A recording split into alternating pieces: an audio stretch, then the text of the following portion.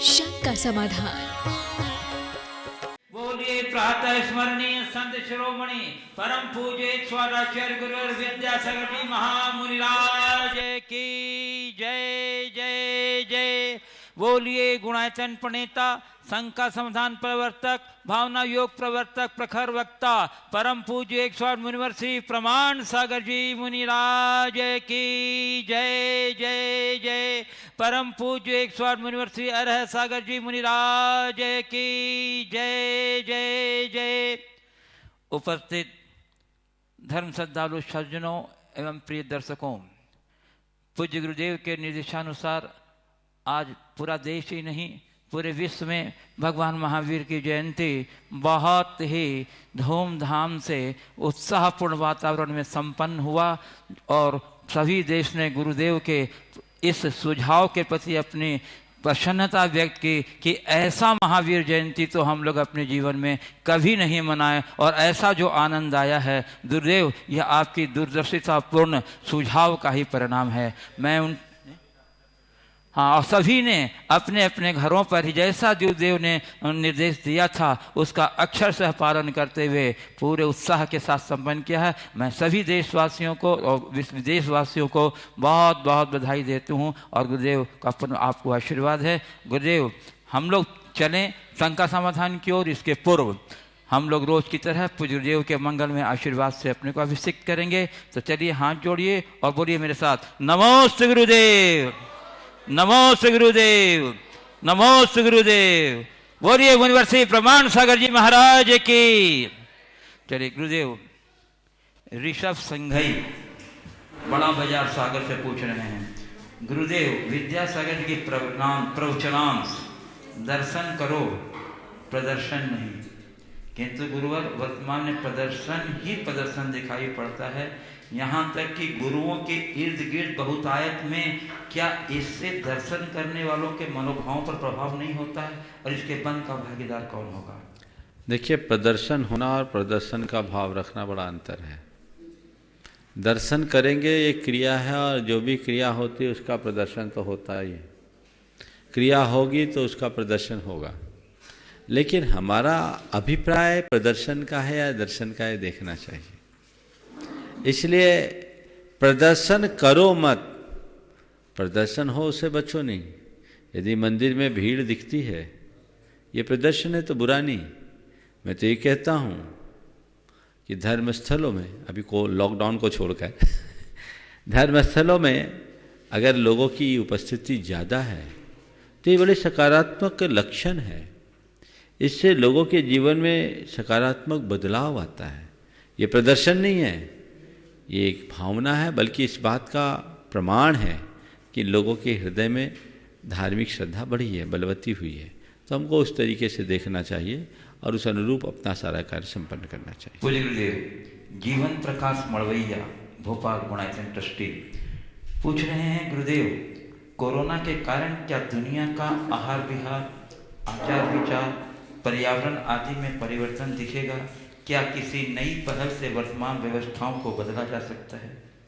देखिए, आज मुझे लॉकडाउन के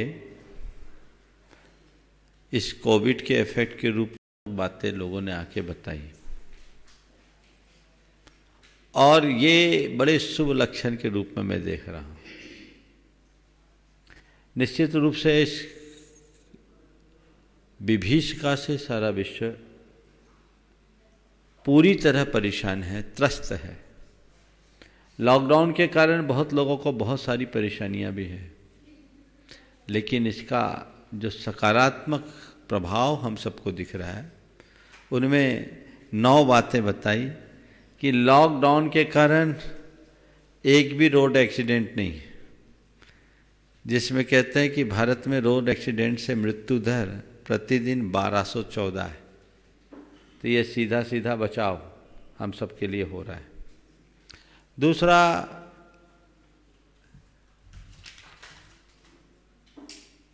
कैदियों को इसमें रिलीफ मिल गया। बहुत सारे कैदी लॉकडाउन के कारण पैरोल पर छोड़े गए, ये एक बड़ा बदलाव है।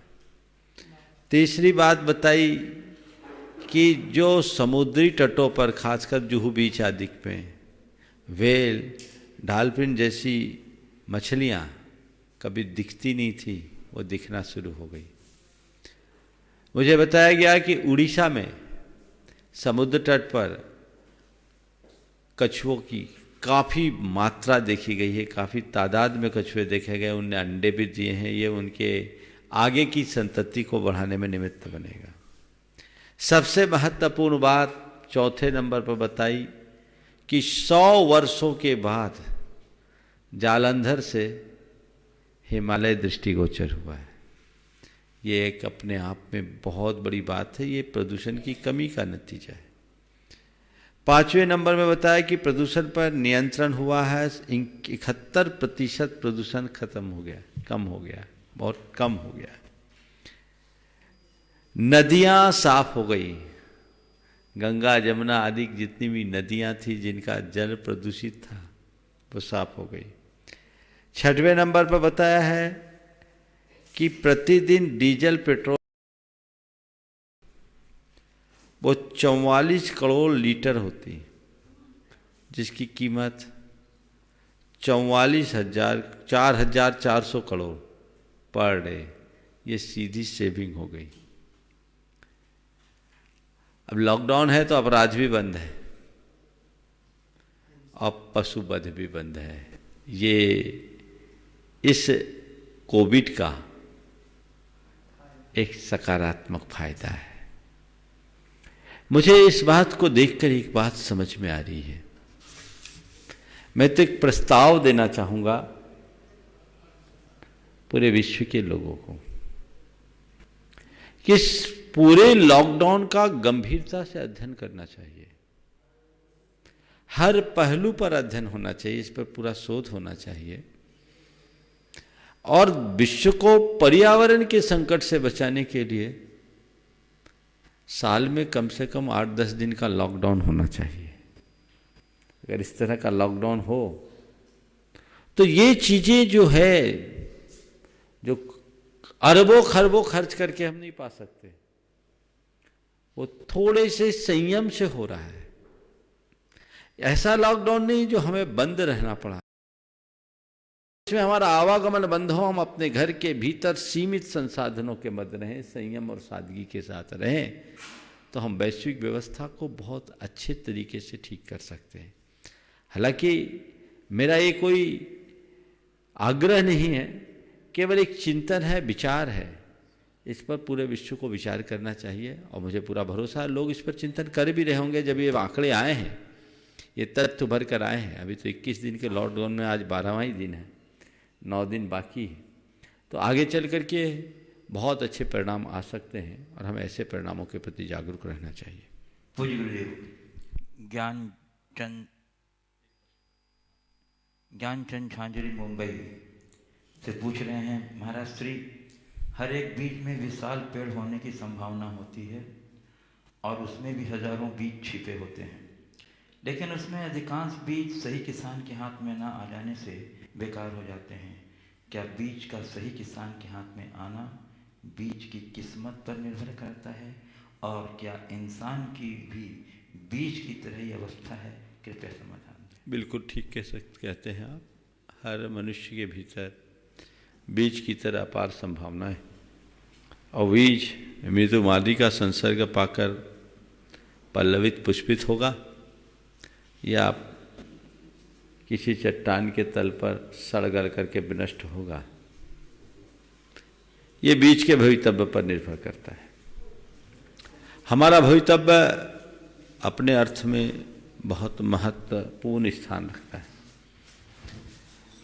जिस जीव की जैसी भवितव्यता होती है उसको वैसा निमित्त मिलता है। जिनका भवितव्य अच्छा होता है उनको अच्छे निमित्त मिलते हैं और वो अपने जीवन को सुंदर बना सकते हैं। जिनका भवितव्य अच्छा नहीं होता वे अपने जीवन को अच्छा नहीं बनाते। इसलिए हम कह सकते हैं कि हमारे संभावनाओं के द्वार को खोलने में बाहर का निमित्त एक कारण है, लेकिन एक अंतर है।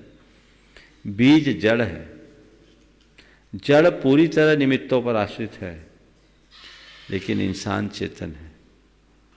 वो अपनी भवितव्यता को अपने संकल्पों के बल पर कुछ अंशों में उद्घाटित भी कर सकता है।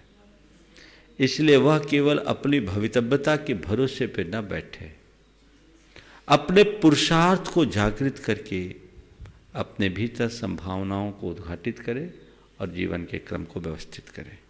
हाँ, पूज्य गुरुदेव, आज हमारे बीच जैन जगत के प्रख्यात मनीषी एवं निष्प्रह वृत्ति के धनी ब्रह्मचारी डी राकेश जैन सिद्धायतन सागर यहाँ उपस्थित हैं। गुरुवर, मैं चाहता हूँ कि उनके अनुभवपूर्ण और ज्ञानपूर्ण गुणवत्तापूर्ण प्रश्नों से हमारा पूरा देश लाभान्वित हो, इसलिए मैं शेष शस्त्र ब्रह्मचारी डी राकेश जी के लिए समर्पित करता हूँ। मैं ब्रह्मचारी डी राकेश जी से अनुरोध करता हूँ कि कृपया वो अपनी जिज्ञासाएं जी प्रारंभ करें। मुनिश्री सादर नमस्कार।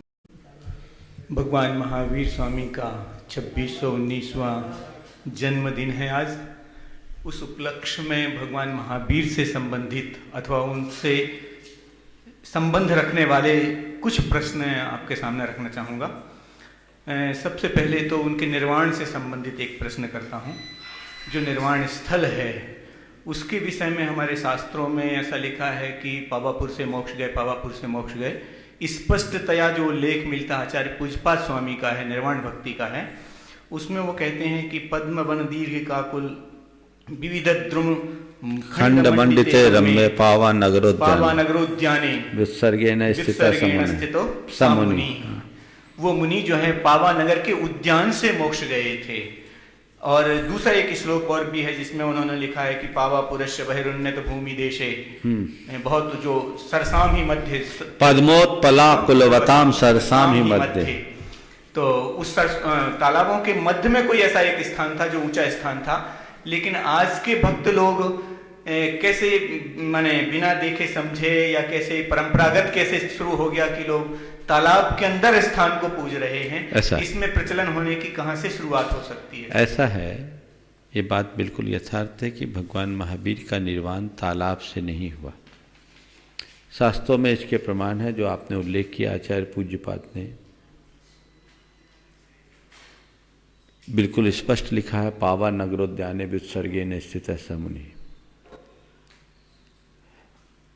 और पद्मोत्पला कुलवताम सरसाम ही मध्य पावा पुरश्च बहिरुन्नत भूमि देशे। ये दोनों शब्द बहुत महत्वपूर्ण है। उसमें वर्णन ये है कि भगवान महावीर पावापुर में एक ऐसे स्थल पर पहुंचे जो टीला नुमा स्थल था और चारों तरफ बहुत सारे सरोवर थे जिनमें कमल खिले थे, पेड़ पौधे भी उसके चारों तरफ द्रुमखंड थे। बड़ा मनोरम स्थल था और भगवान महावीर वहाँ कायोत्सर्ग में स्थित होकर आत्म ध्यान में निमग्न हुए, जहाँ से उन्हें निर्वाण हुआ। श्वेतांबर परंपरा में एक कथा आती है कि भगवान महावीर के निर्वाण के उपरांत वहाँ असंख्य लोग आए। उनके निर्वाणोपरांत उनके अंतिम संस्कार के बाद जो रज बची उसे लोगों ने माथे पे लगाया, देवताओं ने भी लगाया, मनुष्यों ने भी लगाया। और रज लगाने से लोग इतनी रज ले गए कि गड्ढा हो गया। और तब श्वेतांबर परंपरा के अनुसार भगवान महावीर के भाई नंदीवर्धन थे। दिगंबरों में तो ये चर्चा नहीं आती, पर इस कथा को अगर हम इस अर्थ में ले तो काफी कुछ सारभूत बात निकलती है। राजा नंदीवर्धन ने उस टीले को खुदवाकर तालाब का रूप दे दिया, ऐसी चर्चा आती है। और उस आधार पर जहां आज हम भगवान का जल मंदिर है वो भगवान महावीर का निर्वाण स्थल है, जो कभी टीला रहा होगा, चारों तरफ छोटे छोटे पोखर रहे होंगे, उस टीले को तालाब का रूप दे दिया गया। यानी भगवान महावीर के निर्वाण के पूर्व तालाब का ये रूप नहीं था, निर्वाण के उपरांत ऐसा रूप हुआ हो, ऐसा हो सकता है। एक और उल्लेख है आगम में, मध्यम पावा उसके लिए कहा गया जहाँ की हत्तीवाल सभाए, वहाँ जिसकी हस्तिपाल राजा की सभा थी, उस पावा से निर्वाण को मोक्ष प्राप्त हुए। मध्यमाए पावाए हत्ती वाला वाली सहाय शब्द आता है। और ये विद्वानों के बीच काफ़ी चर्चा का विषय रहा है। हमारे जैन जगत के विद्वानों ने इसमें अपने काफ़ी अभिमत प्रकट किए हैं। आज से लगभग 60-70 वर्ष पूर्व अनेक विद्वानों के लेख मालाएँ भी इसमें छपी हैं। उसे शायद वो गोरखपुर के पास, हाँ मध्यम पाया, हाँ कुशीनगर गोरखपुर के पास के होते हैं, लेकिन उसके पूरे दस्तावेज उपलब्ध नहीं है। और व्यवहार पर्वत आदि को देखते हुए निकट जहाँ भगवान को निर्वाण केवल ज्ञान के बाद उपदेश आदि दिया, उनको देखते हुए यही स्थान ज़्यादा उपयुक्त दिखता है। अब मेरी धारणा के अनुसार तो जो आज पावापुर है, हम उसे ही भगवान महावीर की निर्वाण भूमि के रूप में स्वीकार करते हैं।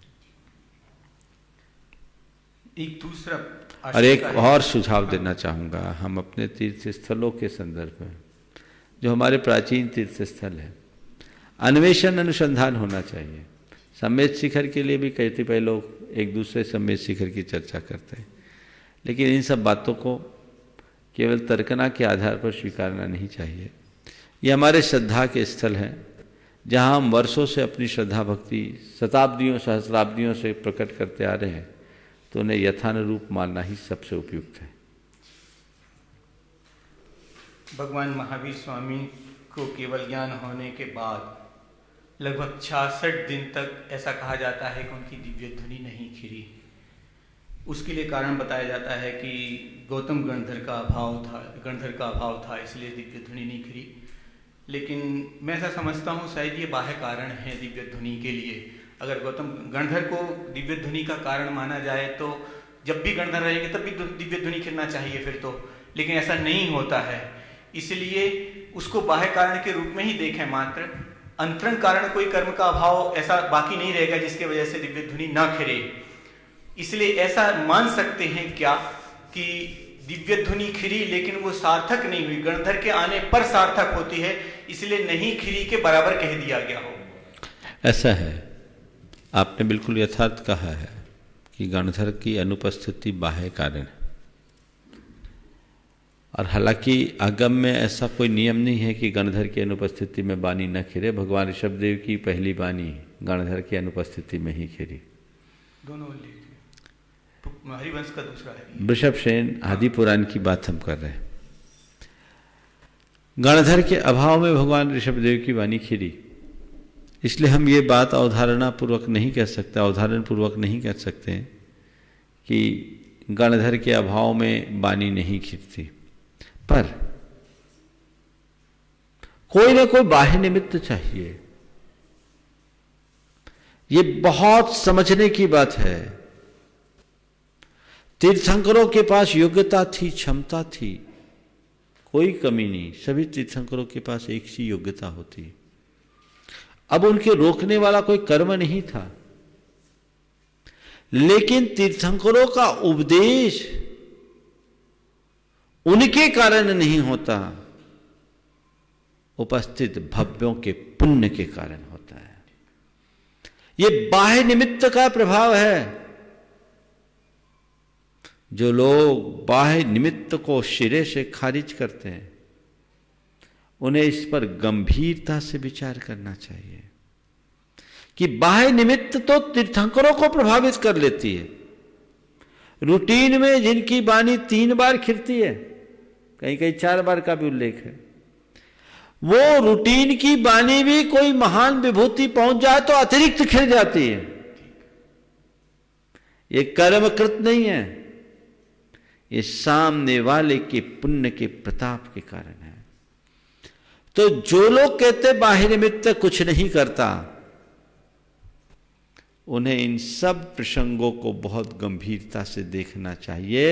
और इसीलिए हमारे यहां तो बड़ी पुरातन कहावत है, भवि भागनवश जोगे बस।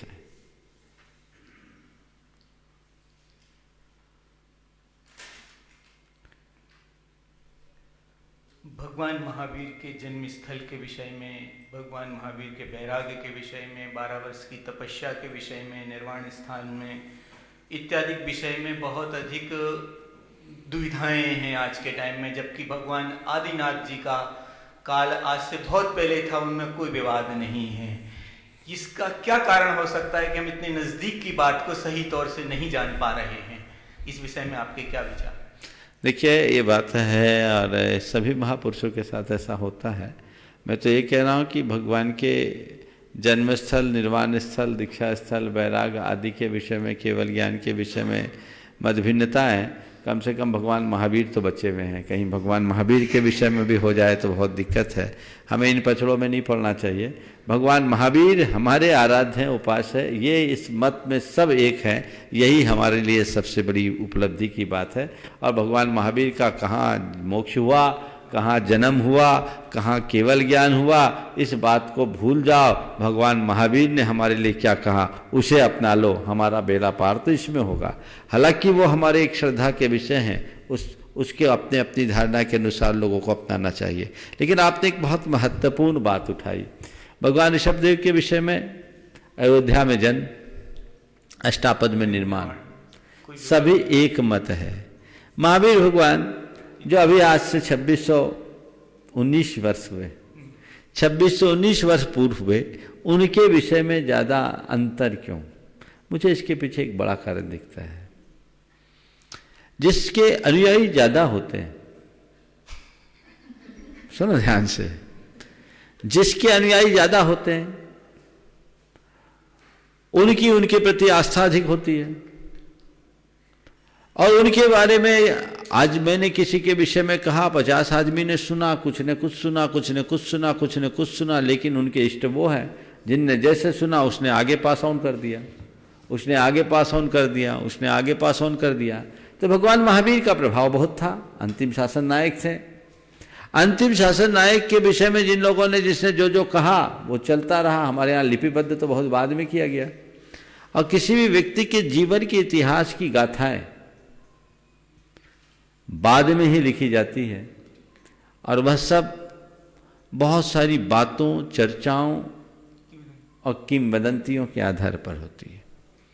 इसलिए उसमें ऐसी भिन्नता दिख रही है, यह स्वाभाविक है।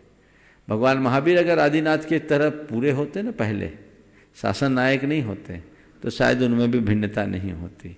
वो अंतिम शासन नायक है, इसलिए वो हमारे लिए है। और दूसरी बात एक और है, अन्य तीर्थंकरों का इतिहास तीर्थंकर भगवान ने खुद ने बोला है, इसलिए वो इतिहास हमारी दिव्य ध्वनि में आने से सुरक्षित रह गई। एक कारण ये हो सकता है। पर भगवान महावीर ने अपना पूरा इतिहास खुद नहीं बोला, उनके बाद उनके अनुयायियों ने बोला, उनके शिष्यों प्रशिष्यों ने बोला, तो उसमें अंतर आ सकता है। मेरे ख्याल से एक कारण ये भी हो सकता है।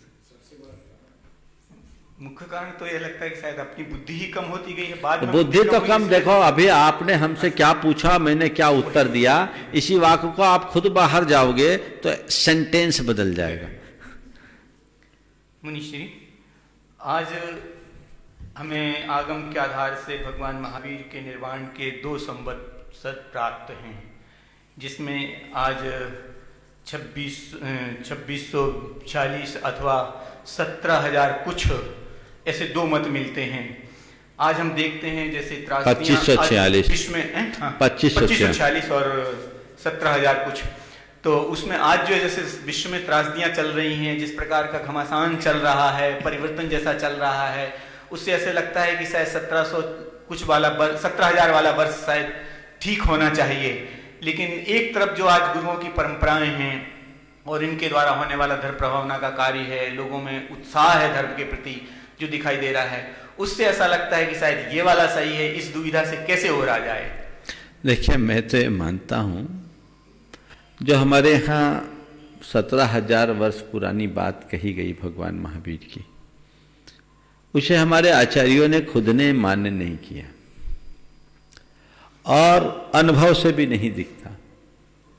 इतिहासविदों ने भी भगवान महावीर, चूंकि ऐतिहासिक पुरुष हुए हैं, ऐतिहासिक काल में हुए, तो भगवान महावीर के जन्म के 2619 वर्ष हुए हैं, और इसे हमें असंदिग्ध रूप से स्वीकार करना चाहिए, क्योंकि इसके प्रमाण मिलते हैं। जो सूचना आज आपने उपस्थित की है वो कहीं से प्रासंगिक नहीं है, क्योंकि उसे हमारे पूरे आचार्यों ने, खुद जिन आचार्य ने इसका उल्लेख किया, उन्होंने भी केवल कई वदंते ऐसा बोला, माने उनको भी मान्य नहीं था। हमारी जो आचार्य परंपरा आई है, पट्टावली आई है, वो भगवान महावीर से इसी हिसाब से आई है, जो आज उनके 2619 वर्ष होते हैं उनके जन्म के। और हमें इसी रूप में मानना चाहिए। जहाँ तक वर्तमान की कोविड-19 की विभीषिका का सवाल है, ऐसी विभीषिका मानव जाति को समय समय पर भोगनी पड़ती है। इतिहास बताता है कि हर 100 वर्ष के अंतराल में विश्व में कोई न कोई ऐसी बड़ी त्रासदी आती है। वर्तमान की त्रासदी हमें ज़्यादा व्यापक दिख रही है, व्यापक है भी, पर उसकी वजह मुझे एक ये भी दिखती है कि आज संसाधन अधिक है, तो हमें दुनिया की सारी जानकारी उपलब्ध है। और अब दुनिया तो सिमट गई है, लोग एक छोर से दूसरे छोर में कहीं से कभी भी जा सकते हैं। तो ये बड़ा बदलाव है, लेकिन घबराना नहीं चाहिए। बस एक ही बात समझना चाहिए, पतझड़ के बाद ही वसंत आता है, और पतझड़ के बाद तो केवल और केवल वसंत ही आता है। मैं कोविड-19 को एक पतझड़ के रूप में नहीं, आगामी बसंत की भूमिका के रूप में देखता हूं, जो हमारे भावी बसंत का सूचक होगा। मुनीष जी, अपने यहाँ दिगंबर परंपरा में ऐसा कहा जाता है कि 5 तीर्थंकर बालयती हुए हैं, उनमें महावीर भी एक हैं।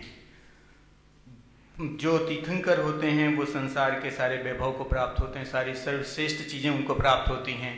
इन 5 तीर्थंकरों को राज वैभव भी नहीं मिल सका, ऐसी क्या कमी थी उनमें होने के लिए? ऐसा नहीं है कि इनको राज वैभव मिला नहीं, इनने राज वैभव भोगा नहीं। आगे समझ में, आप अगर ऐसे शब्द कहोगे कि इनको मिल नहीं सका, तो आप तो हम लोगों को भी लपेट लोगे कि जैसे हमें कुछ मिला नहीं, कुछ नहीं मिला इसलिए हम निकल गए। नहीं, राज वैभव तो उनके पास सुलभ था, लेकिन उन्होंने उसे त्यागा। ज्यादातर तीर्थंकर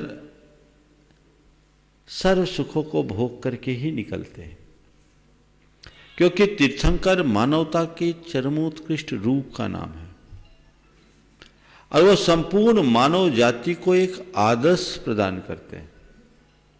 इसलिए कुछ नियोग जैसा होता है कि वह गृहस्थ आश्रम से होते हुए सन्यास की ओर बढ़े, जिससे गृहस्थों के लिए भी एक आदर्श मिल सके। सभी तीर्थंकरों के साथ ऐसा हुआ, पर वासुपूज्य भगवान, नेमिनाथ भगवान, मल्लीनाथ भगवान, नेमिनाथ भगवान, पार्श्वनाथ भगवान और महावीर भगवान, ये 5 तीर्थंकर बालयती हुए। इन्होंने कुमार अवस्था में ही गृह त्याग दिया, सन्यास को अंगीकार किया, राजभोग नहीं किया, हम सब के लिए एक अच्छा आदर्श उपस्थित किया। इनके साथ नेमिनाथ, पार्श्वनाथ और महावीर, इनके साथ तो परिस्थितियां ऐसी निर्मित हुई, वैराग्य का ऐसा प्रचंड कारण मिल गया, वो निकल गए।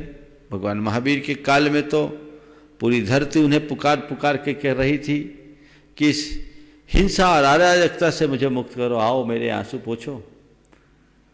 उस समय युग में जो त्रासद दौर चल रहा था वो बड़ा खौफनाक था। उस दौर से मुक्ति के लिए भगवान निकले। उन्होंने राजपाट, घर, वैभव को इसके लिए बंधन माना, तीनांजलि दे दी। पार्श्वनाथ भगवान ने नाग नागिन की हत्या देख करके वैराग अंगीकार किया, और नेमिनाथ भगवान ने हिंसा को देख करके अपना हृदय परिवर्तित किया। तो ये निमित्त है। अन्य तीर्थंकरों के साथ भी ऐसा निमित्त मिला है, तो जब भी जैसा निमित्त मिल जाए वैसा हो। हालांकि हमारे शास्त्रों में तीर्थंकरों का बालयती होना अपवाद बताया, आदर्श। मुनीष जी, उनके दर्शन के विषय में कुछ आशंकाएं कर लेते हैं। भगवान महावीर की सबसे उत्कृष्ट जो उपलब्धि हम समझते हैं दर्शन के विषय में, जो जैन दर्शन के लिए दी, उन्होंने अनेकांतवाद अगर कहा जाता है, लेकिन लोग उस अनेकांतवाद को कुछ से कुछ समझते, शायद ऐसा मुझे लगता है। कुछ लोग मिथ्या, सभी मतों को इकट्ठा कर लेना अनेकांतवाद है ऐसा समझते हैं, सभी विचारों को इकट्ठा कर लेना अनेकांतवाद है। अनेकांतवाद का स्वरूप सही क्या होना चाहिए? जैसे कि एक हाथी का उदाहरण दिया जाता है, हाथी के 7 पाठंग हैं, उनको अलग अलग जानते, सबको इकट्ठा कर लो तो अनेकांत बन जाता है। शायद ये सही है क्या? लोगों की समझ ऐसी। बहुत अच्छा सवाल आपने किया है। अनेकांत जैन दर्शन का हृदय, और अनेकांत के अभाव में हम कुछ भी नहीं कर सकते। हमारे यहाँ तो कहा गया है, जैन बिना लोगस बहवारो बिन संभवदी तम तिभिवनेक गुरुनो नमो नमो नेयंत वायस्य। जिसके बिना लोक व्यवहार भी संभव नहीं है, उस 3 भुवन के एकमात्र गुरु अनेकांतवाद को मेरा नमस्कार। अनेकांत विश्व के लिए एक बहुत बड़ा अवदान है भगवान महावीर का या जैन तीर्थंकरों का। अनेकांत का अर्थ ये नहीं कि चाहे जिसको चाहे जिस संदर्भ में चाहे जैसे स्वीकार ले, ये तो एक प्रकार का अनिर्णयवाद हो जाएगा। अनेकांत का मतलब कुल इतना है कि हर व्यक्ति, हर वस्तु, हर घटना और हर परिस्थिति को, हर पहलू को उसके संदर्भ से जानो, पर उसे उतना ही न मानो। उसके साथ जुड़े हुए अन्य संदर्भों का भी ठीक तरीके से मूल्यांकन करो। अनेकांत शब्द को अगर हम देखते हैं तो हमें यह बात समझ में आएगी। अनेकांत शब्द बना है अनेक और अंत से। अनेक यानी एक से अधिक, और अंत का मतलब होता है वस्तुगत धर्म। भगवान महावीर कहते हैं कि संसार में जितनी भी वस्तुएं हैं वो परस्पर विरोधी अनंत धर्म युगलों का पिंड है। जैसे अगर किसी के सामने आधा गिलास भरा हुआ है, आधा गिलास भरा हुआ है, तो वो आधा खाली भी है। अब ग्लास में खालीपना और भरापना परस्पर विरुद्ध है, पर ग्लास के अंदर दोनों अविरोधी रूप से अवस्थित है। दोनों अविरोधी रूप से वहां अवस्थित है, पर हैं विरोधी। हम जब ग्लास को पूरी तरह जानेंगे तो अच्छे से जानते हैं कि आधा भरा आधा खाली है, लेकिन जब उसके विषय में कहने की बारी आएगी तो या तो हम आधा भरा कहेंगे या आधा खाली। कहते समय हमें क्रम अपनाना पड़ेगा। जिसे हम प्रमुखता देंगे वो मुख हो जाएगा, और जब एक मुख होगा तो दूसरा गौण हो जाएगा, वो साइलेंट होगा। अगर हमने भरेपन को प्रमुखता दी तो हम कहेंगे ग्लास आधा भरा है, इसका मतलब ग्लास भरा ही नहीं है, आधा खाली भी है। और हम कहें ग्लास आधा खाली है, तो इसका मतलब ग्लास खाली ही नहीं है, आधा भरा भी है। अनेकांत को समझने की एक बड़ी कुंजी है। भगवान महावीर कहते हैं संसार की जितनी भी चीजें हैं उसे इसी संदर्भ में समझो।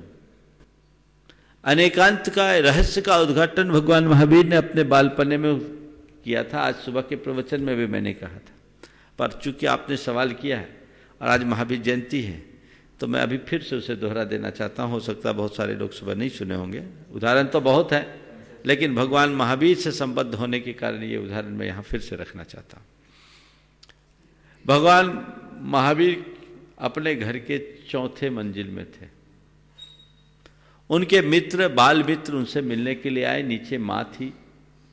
माँ त्रिशला से पूछा कि वर्धमान कहाँ है? माँ ने कह दिया ऊपर है। बच्चे सीधे ऊपर चले गए। 7वें मंजिल पे उनके पिता सिद्धार्थ थे। वहां देखा, पूछा वर्धमान कहाँ है? उन्होंने कह दिया नीचे। नीचे आए, माँ कहे ऊपर, वो कहे नीचे।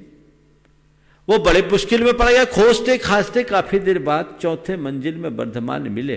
हद हो गई, तुम कहाँ थे? माँ ने कहा ऊपर है, पिताजी ने कहा नीचे है। हम ऊपर से नीचे गए, नीचे से ऊपर गए, क्या हो गया? तब बालक वर्धमान ने रहस्य को उद्घाटित करके जीवन का सार संदेश दिया। उन्होंने कहा, मित्रों, माँ ने और पिता ने जो कहा दोनों ने सही कहा, तुम लोगों ने उसे ठीक तरीके से समझा नहीं। माँ ने कहा कि मैं ऊपर हूं, वो ठीक है, क्योंकि मैं चौथे मंजिल में था, माँ पहली मंजिल में भूतल पे थी, तो चौथे मंजिल में मैं ऊपर ही था। और पिताजी ने मुझसे कहा, मेरे विषय में कहा कि मैं नीचे हूं, तो वो भी ठीक था, क्योंकि वो 7वें मंजिल में थे, मैं चौथे मंजिल में था, तो मैं माँ से ऊपर और पिता से नीचे था, क्योंकि मैं बीच में था। उन्होंने कहा, सत्य हमेशा सापेक्ष होता है, उसे सापेक्ष दृष्टि से देखना चाहिए। अगर कोई किसी से ऊपर है तो कोई किसी से नीचे भी है, इसे समझना चाहिए। और इसी समझ के विकास का नाम ही अनेकांतपरक दृष्टि है। अनेकांत और कुछ नहीं है, परस्पर विरोधी अनंत धर्म युक्त वस्तु का समग्र बोध कराने वाली दृष्टि। अगर आपसे कोई पूछे हिमालय के विषय में, और कई लोग हिमालय के अलग अलग दिशाओं से पर्वतारोही चढ़े, अलग अलग एंगल में फोटो खींचे और फोटो खींच कर लाए, दिखाए, और सब कहने लगे कि हिमालय यही है, तो हम उसे क्या कहेंगे? यद्यपि सभी ने हिमालय का चित्र खींचा है, पर उनके द्वारा खींचा गया और प्रकट किया हुआ चित्र हिमालय का एक देशीय प्रतिबिंब प्रकट कर रहा है। अलग अलग डायरेक्शन से है, पर जो एक देशीय प्रतिबिंब को पूर्ण हिमालय मानने का आग्रह कर, वो हिमालय का सच्चा चित्र प्रकट नहीं कर सकता। भगवान महावीर कहते हैं, अरे भाई, तुम जो कह रहे हो सही है, पर ये एक एंगल है। हिमालय को अगर तुम समग्रतया प्रस्तुत करना चाहते हो, तो उसके सर्वदेशी चित्रों को जोड़ो। उन्हें जोड़ते ही उनका खंडित सौंदर्य अखंड रूप ले लेगा, और तब तुम हिमालय के वास्तविक स्वरूप को जानने में समर्थ होगे। तो हम किसी भी बात को केवल अपने नजरिए से देख करके बैठ जाते हैं, और अपने नजरिए के साथ साथ सामने वाले की दृष्टि को समझने की गुंजाइश छोड़ते हैं, तो अनेकांत होता है। अनेकांत का मतलब ये नहीं कि चाहे जिसको चाहे जिसे मिला लेना। जैसे पिता है, पुत्र है और पोता है क्या? पिता, पुत्र और पोता है ना। अगर कोई पिता है तो अपने बेटे का पिता ही है, इसमें कोई संशय नहीं। और कोई पुत्र है तो अपने पुत्र का पुत्र ही है। लेकिन मान लो एक 60 वर्ष के दादाजी हैं, एक 30 वर्ष का युवक है, और एक 5 साल का बच्चा है। 60 साल के दादाजी अपने बेटे को बेटा पुकारते हैं, तो 5 साल का पोता अपने दादा से इस बात को लेकर झगड़ता नहीं कि दादा ये मेरे पापा, इनको पापा बोलो। क्यों? वो भी ये समझता है कि ये मेरे पापा या उनके पापा, बेटा हूं। तो जो पुत्र है वो पिता भी हो सकता है, जो पिता वो पुत्र भी हो सकता है। यही सापेक्षता है। इससे अगर ठीक तरीके से समझ लिया जाए तो अनेकांत हो। अब सवाल ये, व्यवहारिक जीवन में इसका क्या लाभ? आज प्रातः काल भी मैंने इस बात को कहा था। अनेकांत वह मार्ग है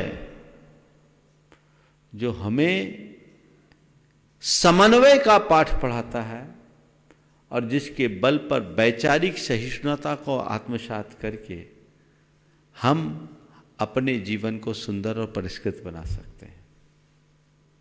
जीवन के सारे संघर्ष का अंत किया जा सकता है।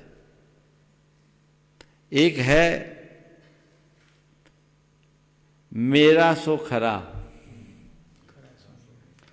और एक खरा सो मेरा। एकांत कहता है मेरा सो खरा, अनेकांत कहता है खरा सो मेरा। आज जो घर परिवार से लेकर दुनिया में झगड़े हैं वो किस लिए हैं? आग्रह के कारण। मनुष्य का ईगो उसको आग्रही बनाता है। अनेकांत उसे आग्रह मुक्त बना देता है। वो अपनी बात को रखता जरूर है पर सामने वाले को भी उसके संदर्भ में स्वीकारने को तैयार रहता है। आप जीवन व्यवहार में जब भी कोई बात आए, अगर आपने अनेकांत पर एक दृष्टि विकसित कर ली तो आपके मन में कभी किसी के प्रति क्षोभ का भाव नहीं आएगा। आप किसी से लड़ नहीं सकेंगे। सपोज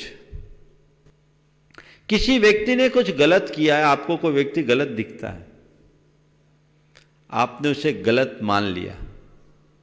निश्चित आपका एक दृष्टिकोण है। आपने उसे कुछ कहा, उसने नहीं किया, वो गलत हो गया। लेकिन थोड़ी जगह वहां जाकर के खड़े हो तो शायद आप पाएंगे वो गलत नहीं था, कहीं मेरी भी गलती थी। नहीं किया, नहीं कर सका, इसमें बड़ा अंतर है। गांधी जी की एक बहुत अच्छा वाक्य है। अब मैं अपने विरोधियों को भी अपना मित्र मानने लगा। अब मैं अपने विरोधियों को भी अपना मित्र मानने लगा हूं क्योंकि मुझ में उनकी दृष्टि से देखने की क्षमता आ गई। यह अनेकांतवाद का व्यवहारिक दृष्टिकोण है। तो बस दो शब्दों को ध्यान रखें, एक ही है और एक भी। ही बस मैं ही सब कुछ, और भी मैं तो हूं, तुम भी हो, तुम भी हो, मेरे साथ तुम भी हो। ही है 36 का आंकड़ा। 3 6 को पीठ दिखाता है, 6 3 को पीठ दिखाता है। दोनों एक दूसरे को देखे नहीं। जिसके जीवन में ही जुड़ा है 36 का ही आंकड़ा होता है। और भी है 63 का संबंध। 36 को पलट दो, 6 3 को गला लगाता है, 3 6 को गला लगाने के लिए तत्पर हो जाता है। ये 63 का संबंध है। हमें वो संबंध अपनाना चाहिए। अनेकांत का यही व्यवहारिक उपाय है। बाकी अगर पूरी बात करो तो पूरा सत्र ही चला जाएगा। मुझे लगता है आपके और भी सवाल होंगे बहुत सारे। भगवान महावीर ने दूसरा एक विचार दिया अपरिग्रहवाद का। उन्होंने जैन समाज के लिए, जैन धर्म के लिए बहुत बड़ा अवदान दिया। लेकिन दूसरी तरफ हम देखते हैं कि जैन समाज के लोग ज़्यादा परिग्रही हैं। क्या उनका ये आशीर्वाद उनके लिए है क्या? सबसे पहली बात तो ये मैं कहूँगा कि भगवान महावीर ने जैनों के लिए अपरिग्रह का आदर्श नहीं दिया। उनने संपूर्ण मानव जाति के लिए अपरिग्रह का संदेश दिया। ये बात अलग है कि आज जैन लोग अपरिग्रह के आदर्श को मानते हैं, पर आपने ये जो कहा कि अपरिग्रह का हम उल्टा देखते हैं। आज जैनियों के पास परिग्रह बहुत होता है, पर हमें अवधारणा को ठीक रीति से समझने की जरूरत है। अपरिग्रह का मतलब ये नहीं है कि हम धन पैसा पूरी तरह छोड़ दें।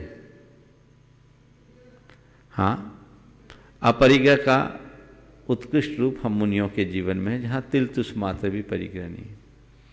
गृहस्थों के लिए सीमित परिग्रह का विधान बताया। वो सीमित परिग्रह रखे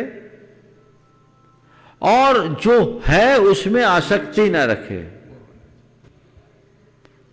जैनियों में ये परंपरा तो तीर्थंकरों के काल से भी रही है। बड़े बड़े धनपति जैनों में हुए हैं, यहां तक कि चक्रवर्ती भी जैन हुए। केंद्र की संज्ञा दी गई। 6 खंड पर जिनका एक छत्राधिपत्य साम्राज्य, बड़े बड़े राजा महाराजा जैन हुए, सारे नगर सेठ जैन हुए। पर क्या वो परिग्रही थे? मैं उन्हें किंचित भी परिग्रही नहीं मानता। वे सब संग्रही थे। उनने धन का संग्रह किया, पर धन का संग्रह परिग्रह के लिए भी होता है और धन का संग्रह अनुग्रह के, धन का संग्रह परिग्रह के लिए भी होता है और धन का संग्रह अनुग्रह के लिए भी होता है। धन को संग्रहित करके रखना परिग्रह है और धन को संग्रह करके, इसका ये परिणाम है कि जैनों में धनपति हुए तो जैनों में भामाशाह भी हुए, जैनों में झगड़ू शाह भी हुए। जब जरूरत पड़ा तो सारा राजकोष, सारा खजाना उनने खोल दिया। ऐसे अनेक उदाहरण है। आज सुबह मैंने अपने प्रवचन में भी ये बात कहा था। तो ये नहीं सोचना चाहिए कि आज जैनों के पास धन संपन्नता है तो परिग्रही है। किसी सिद्धांत को आदर्श के रूप में मानना और उसका अनुकरण करना, कोई जरूरी नहीं कि हम जिसे सिद्धांत पूरा मानते उसका पूरी तरह अक्षरशः पालन करें। अपरिग्रह हमारा आदर्श है, हम अपरिग्रह को आदर्श मानते हैं, धन को आसक्ति, धन के प्रति आसक्ति नहीं मानते, रखते हैं और इसीलिए जब जरूरत पड़ती है दान देते हैं। और हमारे यहाँ एक अर्थ में लोकोपयोगी भी बताया। एक व्यक्ति अपने लिए धन कमाता है, अपने जरूरत के लिए धन कमाता है और दूसरा जरूरतमंदों के लिए धन कमाता है। दोनों को कमाने की हमारे यहाँ आज़ादी है और 2 ही उद्देश्य दिया है, या तो जरूरत के लिए कमाओ या जरूरतमंदों के लिए कमाओ। इससे राष्ट्र की सेवा होगी, लोक की सेवा होगी, लोगों को रोजगार सुलभ होगा, इसलिए कतई गलत नहीं। एक और आशंका रखना चाहूँगा। आज के समय में प्रकृति का जितना दोहन हो रहा है, उपयोग से दुरुपयोग तक हम पहुँच रहे हैं। मानवीय त्रासदियाँ भी इस प्रकार की हो रही हैं। इससे ऐसा लगता है कि शायद जो महावीर भगवान का संदेश था, जियो और जीने दो, शायद उसको अब जीनो दो और जियो ऐसा होना चाहिए। यदि हम इन सबको छोड़ सकेंगे तब कहीं हम जी पाएंगे, नहीं तो हमारे सुरक्षित कहीं नहीं हो सकते हैं। इसमें आपके क्या? मुझे तो ऐसा लगता है कि जब जब मनुष्य ट्रैक से नीचे आया है, प्रकृति ने खुद ने ऐसा पाठ पढ़ाया है कि उसके होश ठिकाने आए। अब इस त्रासदी के बाद वैश्विक स्तर पर चिंतन प्रारंभ हो गया है और लोग अब प्रकृति के निकट आएंगे, लोगों में संयम आएगा, ये आवाज़ भी उठने लगी है। और हमें बिल्कुल अपनी तरह अन्य प्राणियों को भी जीने का हक देना चाहिए और ये समझना चाहिए वे सुरक्षित है तब हम सुरक्षित हैं।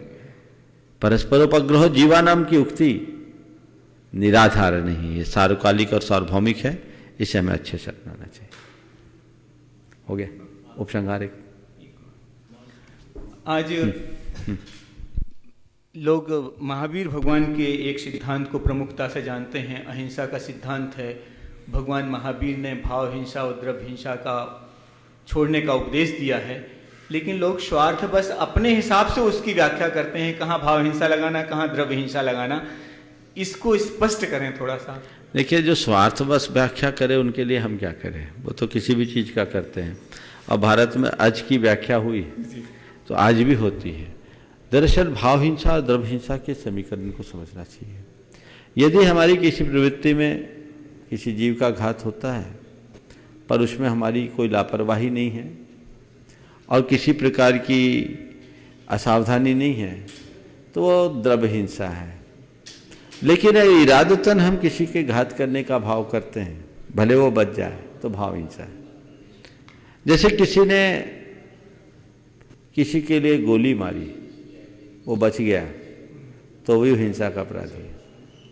और एक डॉक्टर किसी की सर्जरी कर रहा है, वो मर गया, तो भी वो हिंसक नहीं है।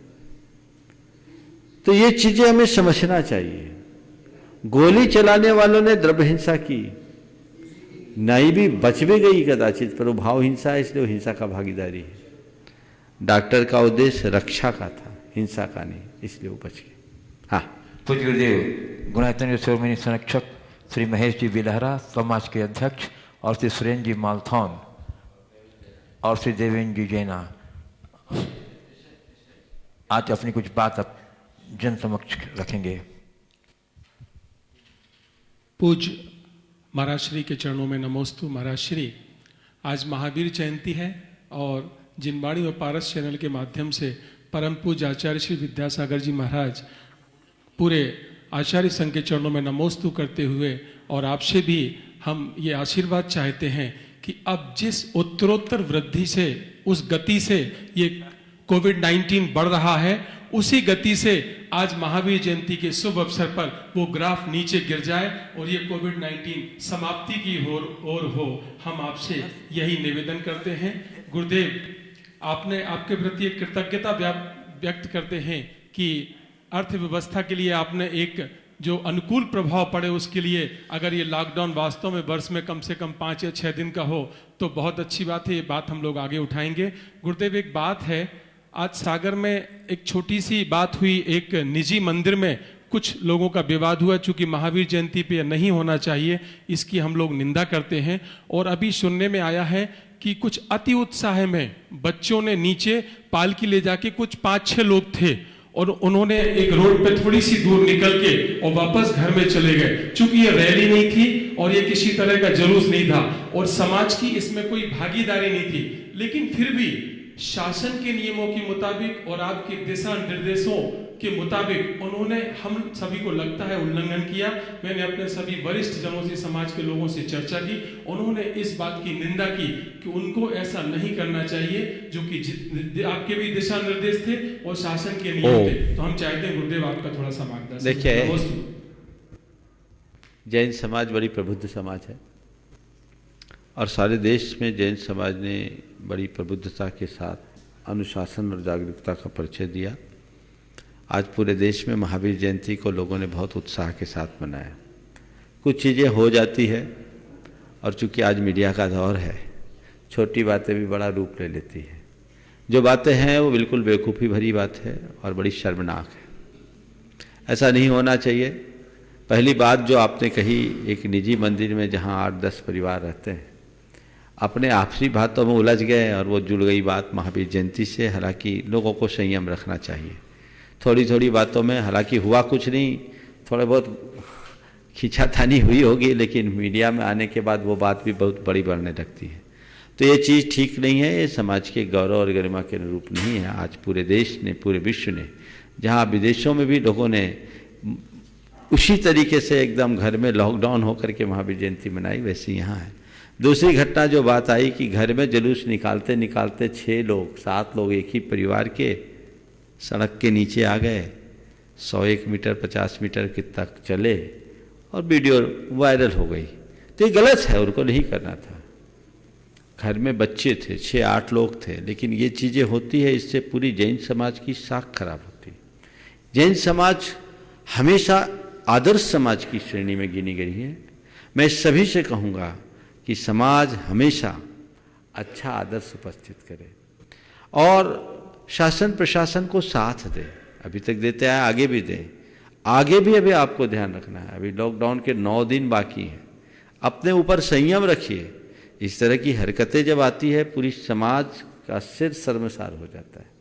ये अच्छी बात नहीं है। ये भी जो भी बात है, आप इन पूरे प्रकरणों को देखिए, लेकिन मीडिया से घूम कर जब बातें आती है तो दुनिया के लोगों को बड़ा कष्ट होता है, क्योंकि बात पूरी समाज की आती है। 4-6 लोग हों और उसमें ऐसा कृत हो। इतनी बड़ी समाज है जहाँ 50,000 से ज़्यादा जैन है इस पूरे सागर शहर में, कहीं कोई बात नहीं। तो ये चीज़ है, वो पहली बात तो आपस की थी, उनको आपस में तालमेल बनाना चाहिए, ऐसे प्रकरणों को नहीं लाना चाहिए।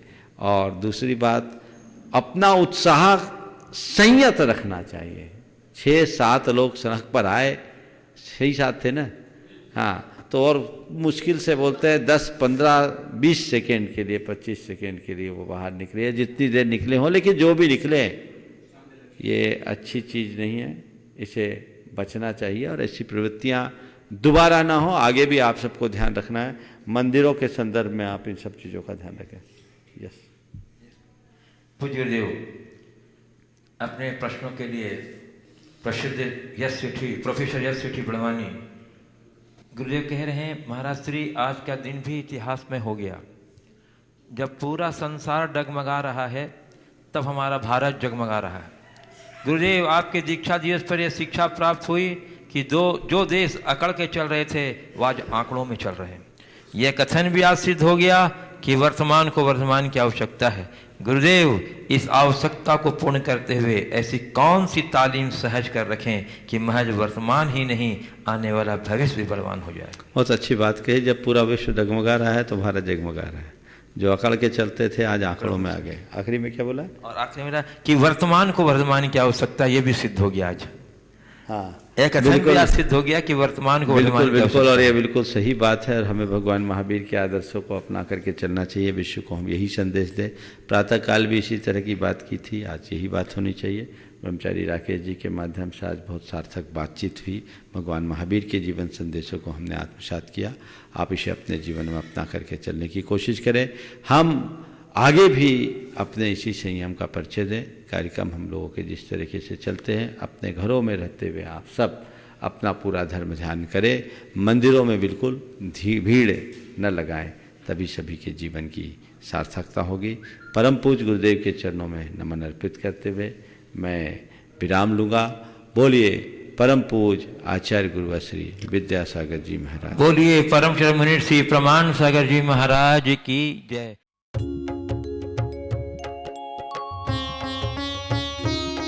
शंका समाधान।